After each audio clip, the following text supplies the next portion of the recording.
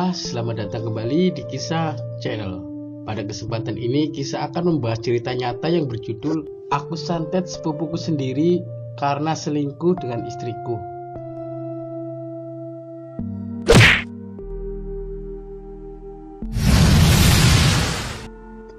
Demi melihat saudara sepupuku menggembuli istri, aku langsung kalap. Bahkan aku tega membuat perutnya buncit hingga akhirnya dia mati. Api cemburu memang telah membakar seluruh sel darah dan perasaanku. Tapi aku sulit menerima jika dikatakan kecemburuanku itu tak lebih sebuah dari cemburu buta. Sebab dengan mata kepalaku sendiri, aku melihat Melati istriku digumuli oleh laki-laki lain. Awalnya, aku memang tak pernah percaya bahwa Joe, saudara sepupuku yang telah senasib seperjuangan merantau di negeri jiran Malaysia itu akan mengkhianatiku. Bahkan isu-isu yang sempat berembus di tempat kami bekerja yang menyatakan Joe berselingkuh dengan Melati kuanggap sebuah fitnah yang amat keji. Joe terlalu baik padaku.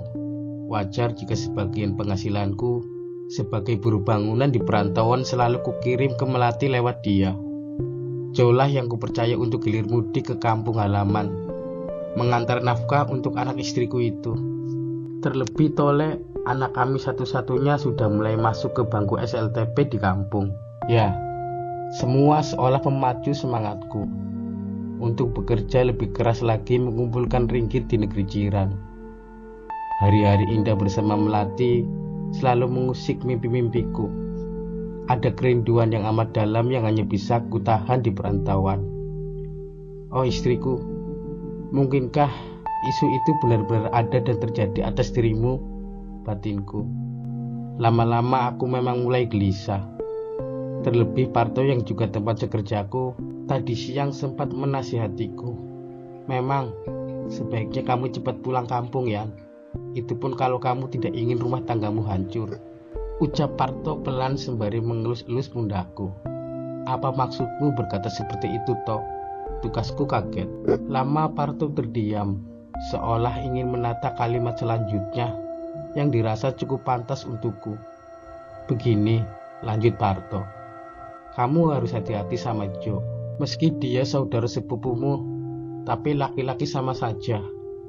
Melati istrimu terlalu ringkih untuk menghadapi kenyataan berpisah cukup lama dengan sang suami.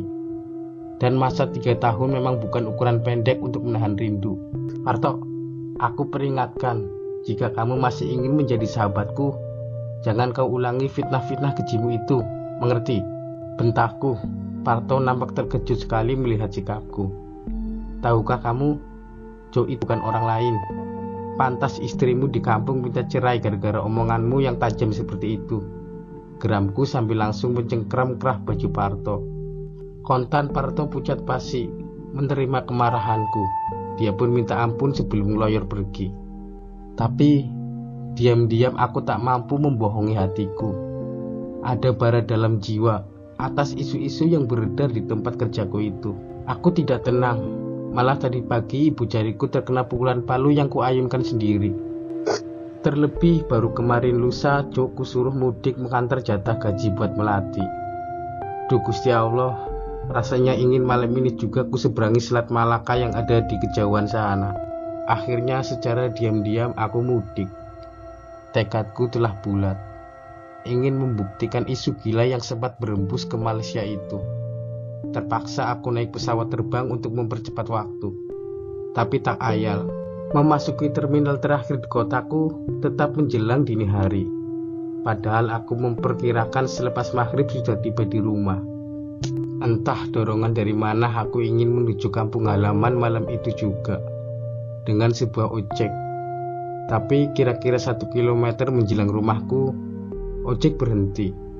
Aku melingkar menembus kebun singkong di belakang rumah, dan dengan mengendap-endap menyusup tepat di luar kamar Melati istriku. Untunglah kamar Melati masih separuh papan, hingga aku bisa mengintip lewat celah-celah sirap itu. Ternyata Melati belum lelap. Dadaku berdegup kencang melihat tubuh istriku yang sintal itu menelentang di atas ranjang. Ia menerawang ke langit-langit kamar, sambil sesekali menghela nafas panjang. Ya, Mungkin sedang memikirkan aku, merindukan aku, mungkin. Toleh anakku tidak tampak di sampingnya. Barangkali sedang menginap di rumah neneknya. Sebagaimana kebiasaan Toleh sejak kecil. Malam terus bergulir dan merambat ke dini hari. Melati bangkit dari pembaringan, keluar kamar, masuk lagi dan duduk di depan cermin. Dan Masya Allah, dia bersolek di depan cermin, bahkan melepas sidi dan beranya. Tak ayal nafsuku memburu melihat dua bukit yang ranum padat itu. Setelah itu ia keluar lagi, dan ya Tuhan, balik lagi ke kamarnya dan menuntun seorang laki-laki. Nyaris aku tak mampu menahan diri, tapi aku masih ingin bukti. Kakiku menggigil seketika dan seluruh persindahanku seperti copot. Begitu menyaksikan laki-laki itu langsung menciumi wajah istriku. Laki-laki itu adalah Jo, adik sepupuku sendiri, yang kemarin lusa aku suruh mengantarkan penghasilanku untuk Melati. Dengan penuh nafsu, Jo menciumi wajah, bibir, leher dan ujung-ujung bukit di dada istriku. Karuan saja, Melati menggeliat tak tahan diperlakukan seperti itu, dan langsung melepas daster transparan yang ia kenakan malam itu. Degup jantungku kian terpacu. Aku hampir pingsan menyaksikan tubuh istriku direbahkan di atas kasur, seraya membuka kedua kakinya. Dengan profesional, Jo memanggul kaki-kaki Melati yang mulus dan jenjang itu. Dan seterusnya aku tak mau menceritakannya di sini. Aku spontan melompat pintu depan rumahku. Dengan bara emosi yang tumpah, aku terjang pintu dan jebol seketika. Kedua insan yang tengah bergumul di kamar itu terkesiap. Jo sedianya mau lari karena panik. Tapi dengan kalap ku hantam dadanya yang bidang dengan tinjuku.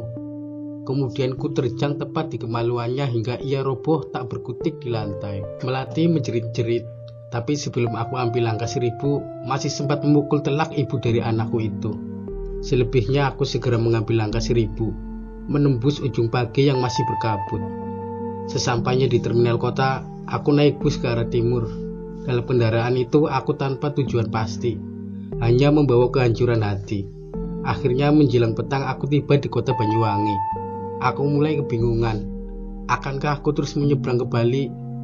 Lalu kemana tujuanku nanti? Kebingungan mulai merajuk ke benakku. Akhirnya aku menginap di sebuah losmen kelas Melati.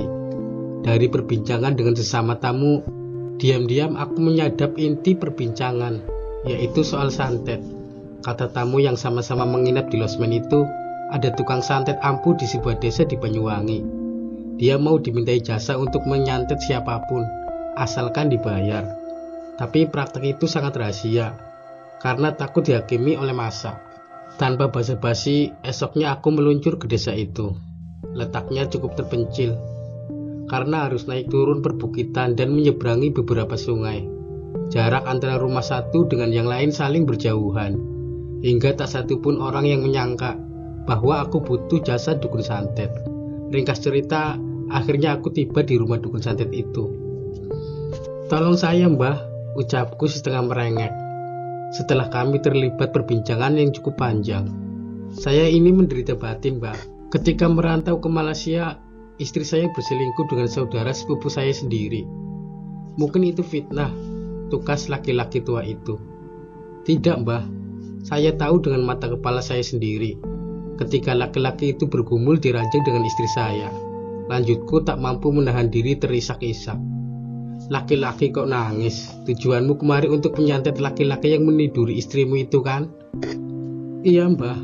Kamu yang menanggung segala dosa-dosanya kelak di hadapan Gusti Allah," tatapnya melotot. Wajah laki-laki itu bukan saja angker, sekaligus agak menjijikan.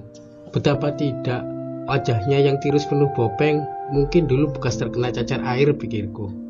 Rambutnya gondrong sebahu, dan dengan jenggot panjang yang jarang-jarang, mengingatkanku pada seekor kambing jantan.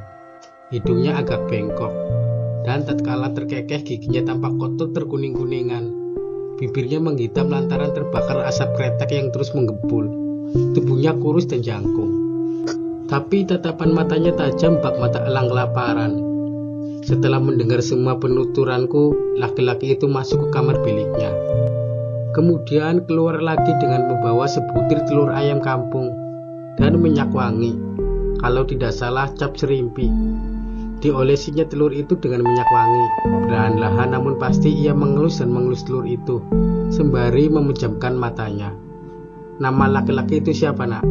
Tanyanya masih tetap terpejam dan mengelus telur ayam di tangan kirinya. Jok, Mbah, jawabku. Hari kelahirannya kamu tahu?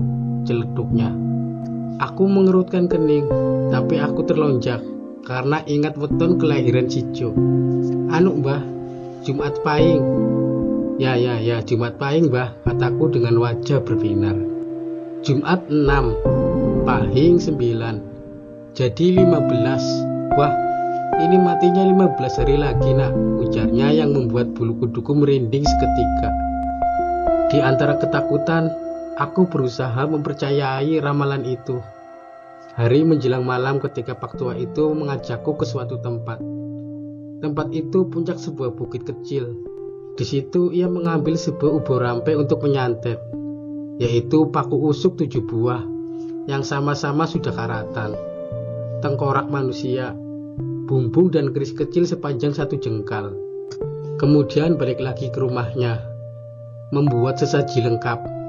Ada bunga telon, kafan, telur ayam kampung, minyak wangi, dan entah apa lagi yang aku tidak mengenalinya. Pak Tua itu lalu membuat boneka dari tepung terigu, mirip adonan roti. Boneka itu diisi mantra-mantra kemudian digeletakkan di atas nampan bersama ubur rampe tadi. Kemudian dia membakar kemenyan di sebuah anglo pedupaan.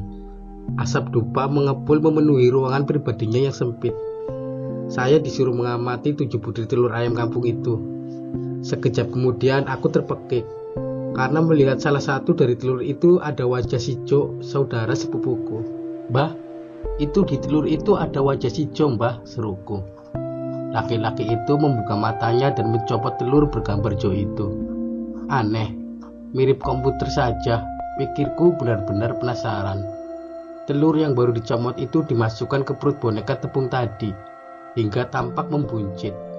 Boneka itu sebesar paha, yang dilengkapi dengan anggota tubuh, pusar, mata, mulut, dan alat kelamin. Ayo sekarang kita keluar rumah, ajak Pak Tua. Aku mengikuti langkahnya. Ternyata hanya di tengah halaman.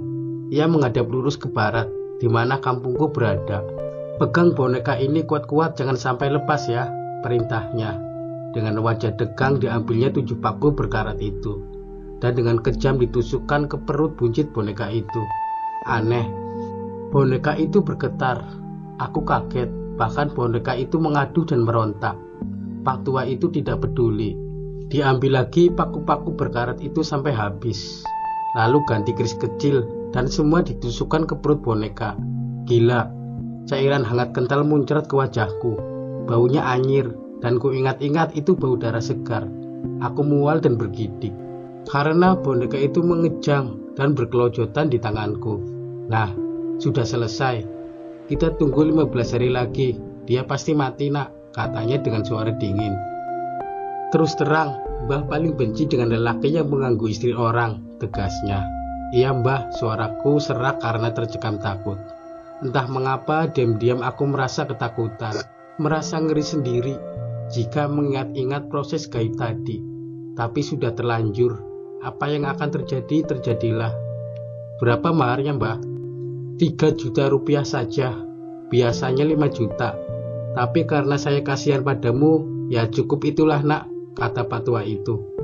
Akhirnya aku rogoh lipatan uang di dompetku. Dan setelah kuhitung sejumlah 3 juta kuserahkan kepadanya. Kontan wajah Pak Tua itu tampak sumringah, yang serta-merta memasukkan duit itu ke lipatan sabuknya. Setelah itu aku pulang ke rumah. Rencanaku, aku akan menuntut Jo ke hadapan yang berwajib. Tapi keburu polisi menangkapku. Aku dituduh menganiaya Jo dan istriku sampai Jo dibawa ke rumah sakit. Aneh, saat kulihat perut Jo buncit, dia hanya mampu mengerang-erang di ranjang rumah sakit. Kata dokter, membengkaknya perut itu akibat tendangan maut di bawah pusar, yang mengakibatkan luka dalam pada usus halus dan usus besarnya. Dia harus dioperasi secepatnya kalau ingin nyawanya tertolong. Demikian kata dokter. Aku hanya mencibir sinis.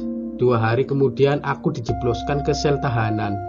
Dalam proses peradilan, pihak penegak hukum mengalami kesulitan karena Joe meninggal setelah 15 hari dirawat di rumah sakit. Tapi atas kesaksian istriku, aku dijebloskan ke bui selama 7 tahun. Cuma satu yang meringankanku, tak pernah dihukum dan menyesal telah menganiaya saudara sepupuku itu. Belum lengkap penderitaanku, karena setelah keluar dari penjara, aku harus melakukan proses perceraian di pengadilan agama. Ya Tuhanku, masih adakah pintu tobat terbuka untukku? Hanya itu yang bisa kuucapkan setiap kali aku sholat. Toleh anakku pun rupanya juga membenciku. Dan itu mungkin karena provokasi dari orang-orang luar, termasuk mertuaku. Bagaimana dengan Melati? Dia pernah menemuiku dan mengatakan sebenarnya dia masih mencintaiku. Dia ingin kembali padaku. Mungkinkah? Hatiku yang paling dalam mengatakan, maaf. Hal itu tidak mungkin lagi. Melati, maafkan aku. Cintaku telah terkubur bersama dendamku. Kini kupasrahkan hidup dan matiku kepada Tuhan.